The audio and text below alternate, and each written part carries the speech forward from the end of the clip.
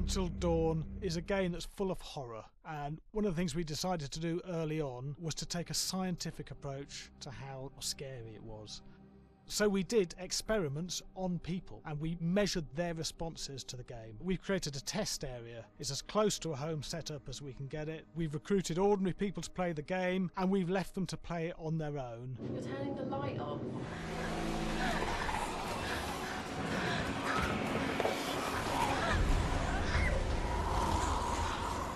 The only difference is it's rigged with cameras and microphones that relay the data through to the next room where people are watching them play.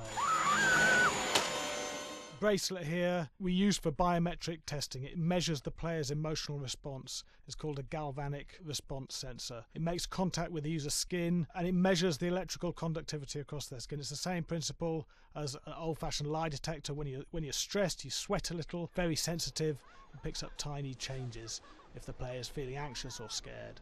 That data's fed back to a testing team, it comes through as a graph.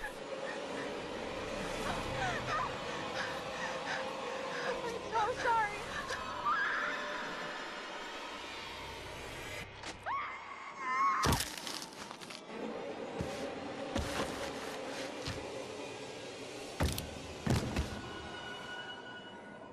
There's no point testing one or two people, you have to test a lot of people. Watch your step.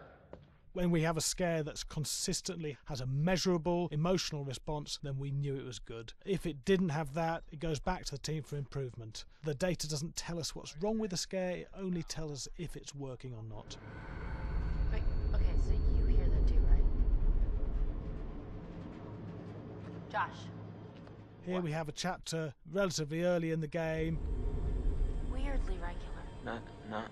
Nothing regular about it. We have to create tension and anxiety in the player so they are ready to receive the scare.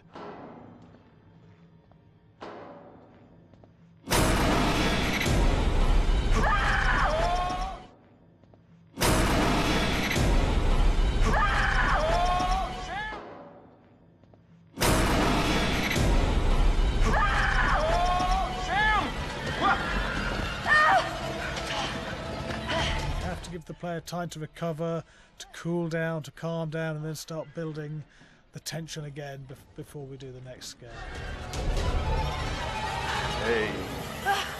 What? Hey. What the hell? Boom. You just got mugged.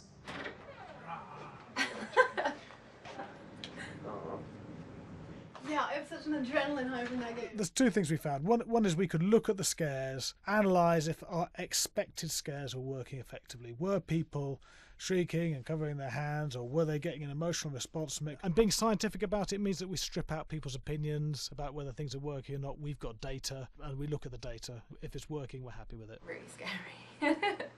Bit scared and wanting to get away. I actually be maybe a bit scared to play it on my own, but in a room with the lights on, yeah, with some other people as well, yeah, maybe. But because I'm a scaredy cat, I would play with someone in the room. And the lights on. It was one of the scariest games I've played in a long while.